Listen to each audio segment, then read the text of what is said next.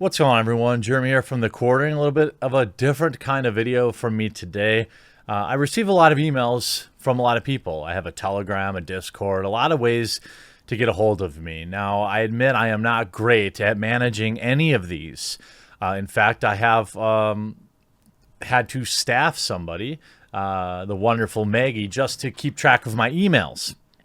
But this one made its way to me, and I thought, since it was a topic that was near and dear to my heart, and near and dear to some things going on in my life right now with some friends of mine, that I thought I would actually just make a video response. Now, I often tell people I see almost every email, or Maggie sees it.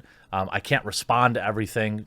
Quite simply, it's just there would be not enough time. Now, that is an extraordinarily humbling statement to make. That means a lot of people want to talk, and I think that that's awesome.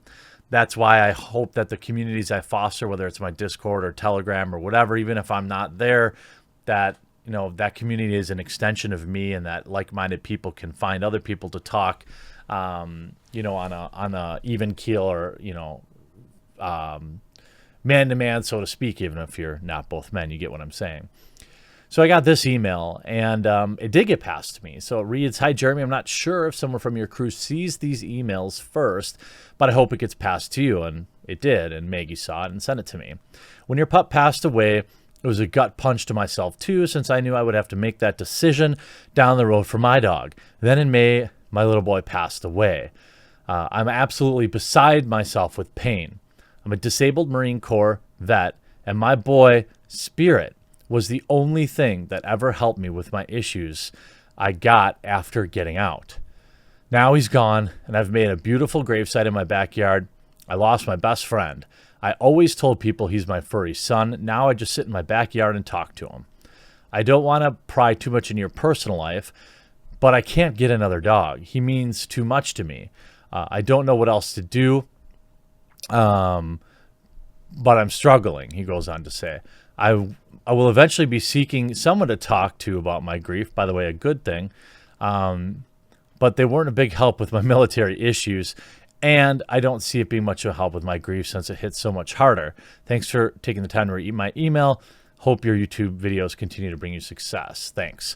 Now, I'm just going to call this person John. That's not obviously not their name, but I think, first and foremost, I know it's cringe, but I don't care. I'm going to say it. I appreciate your service. I know I have military buddies, when Memorial Day comes around, and I just know they don't even want me to say it to them, but whatever. So I'm going to say that. Look, I feel you. I made a video when I had to make the difficult decision to ease my best friend Indy into his next journey. He was 14. I cried and blubbered in the video. The reason I made that video, though, was to inspire just this exact type of email. I didn't care about crying, and I felt like Indy was such a huge part of the channel because he was always forcing his way into videos, whether he was jumping up on me, barking, or you guys would see him on Twitter videos. I mean, he's still my phone background. There he is as a puppy, right? I don't know what it is about dogs. They just connect to you.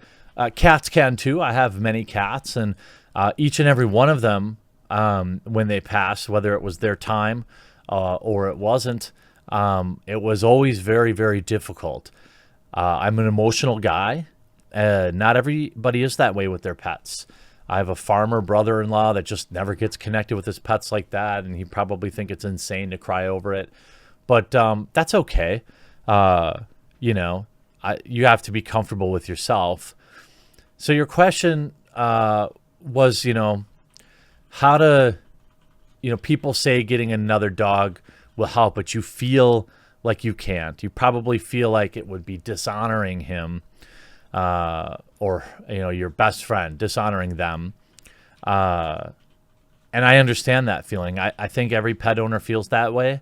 I absolutely felt that way. I felt like I would be betraying Indy's memory and it felt like I was replacing him.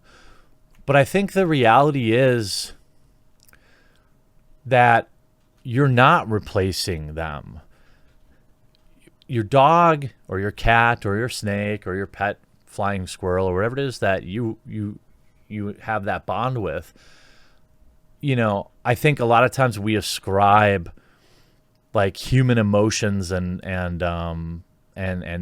actions and feelings to our pets. It's part of why we connect with them. And there is no doubt in my mind, based on the way that you describe your relationship with your dog, that your dog would want you to have another buddy. The way that it has taken a toll on you tells me that you're the exact type of dog owner I want to have another dog. There are a lot of dog owners out there and pet owners who are not great, who don't grieve when they lose them and don't, feel that hole. They just buy another one and put it in another cage.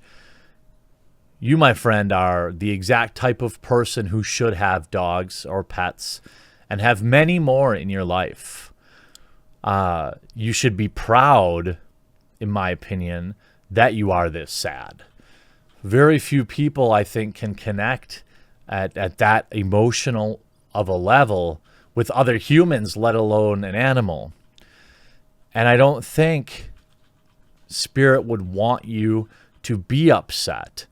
I don't think that dog would want you to live with this much grief. Obviously, I don't know that dog, but based on the connection, and that's how I got past it with Indy. I took my time. I took a couple of months to just kind of be sad about it.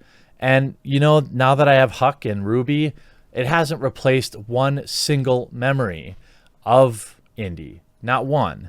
In fact, their presence has helped keep his memories alive with me in a lot of ways, because they'll do something that Indy used to do and it'll remind me of that time Indy did this funny thing or this naughty thing.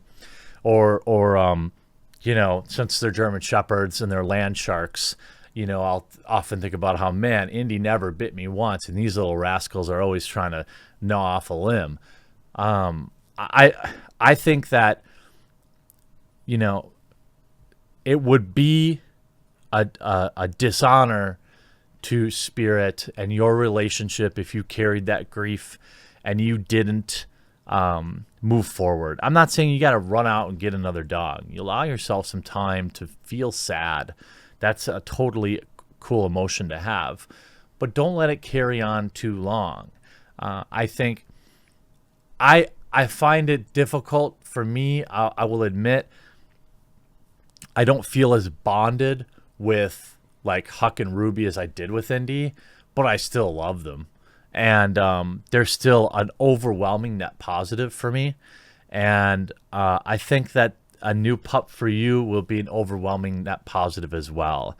It's not replacing Spirit. It's honoring that connection you had. And that's what Spirit would want. Spirit wanted you to be happy. And right now, you're being kind of selfish. You're supposed to go get another dog. You're a great dog owner who loved their dog.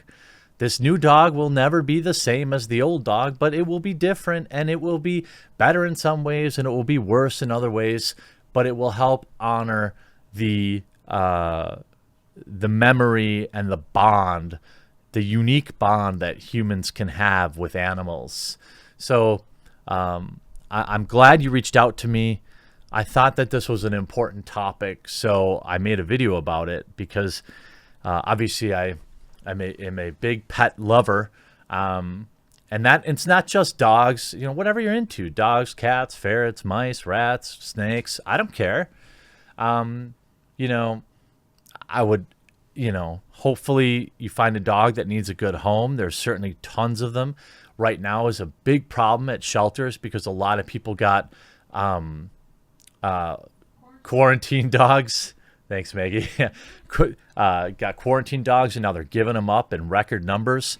So there's lots of dogs that would love to have an owner that connects as deeply you know, as you find a way to honor him, and it sounds like you did, some people get a tattoo, you built something nice, but then you gotta move on. You gotta keep at it. Get another dog. There's a dog out there that would love to come home with you. I'm sure of it. I hope this helped you, John. I don't know if I was consistent with that fake name or not, but I hope it helped you and others if you listen to it too, and you needed that. You know, I hope it helped you too.